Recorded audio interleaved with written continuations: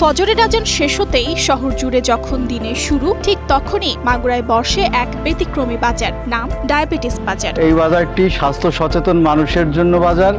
এই বাজারটি যারা সুস্থ থাকতে চান তাদের জন্য বাজার। তবে এখানে ডায়াবেটিসের ওষুধ নয়, বিক্রি হয় ক্ষেত থেকে সদ্য তোলা টাটকা শাকসবজি। স্বাস্থ্য সচেতন মানুষের ভিড়, কৃষকের মুখে হাসি আর তাজা সবজির ঘ্রাণে প্রতিদিন ভোরেই জমে ওঠে এই অনন্য বাজার। আমার বাড়ির শাকসবজি আমি বিক্রি করি ডায়াবেটিস বাজারে।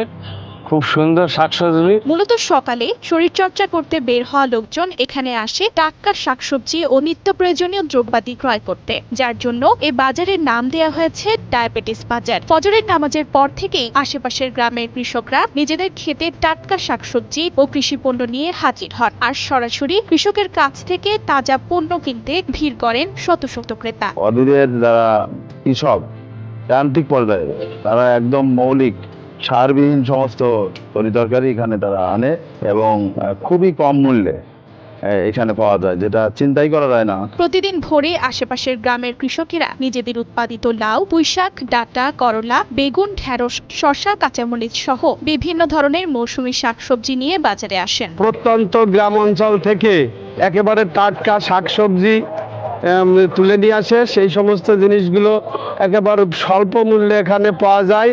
এখানে কোনো ভেজাল জিনিস নাই। মাগুরা নতুন বাজার কাঁচা বাজার কমিটির সভাপতি মোহাম্মদ শফিকুল ইসলাম শফিক জানান, ডায়াবেটিস বাজার এখন স্থানীয়দের কাছে একটি পরিচিত ও জনপ্রিয় বাজারে পরিণত হয়েছে। সবাই হাঁটতে বেরোয়, সবাই হাঁটতে আসে এখান থেকে সব বাজারগুলো নিয়ে যায় কত সুন্দরভাবে, আরো দামও কম। সবাই মানে নিরাপদে চলে যাচ্ছে, কোনো টেনশন নেই। স্যার ধরেন 8টার ভিতরে এই জিনিসটা বিক্রি কমপ্লিট হয়ে যায়। স্থানীয়দের মতে এই ডায়াবেটিস বাজার স্বাস্থ্যকর খাদ্যাভ্যাসে মানুষকে আরো উৎসাহিত করছে, ফলে সময়ের সঙ্গে সঙ্গে মাগুরার ডায়াবেটিস বাজার স্থানীয়দের কাছে একটি পরিচিত ও জনপ্রিয় বাজারে পরিণত হয়েছে। Archita Shehzin, star news.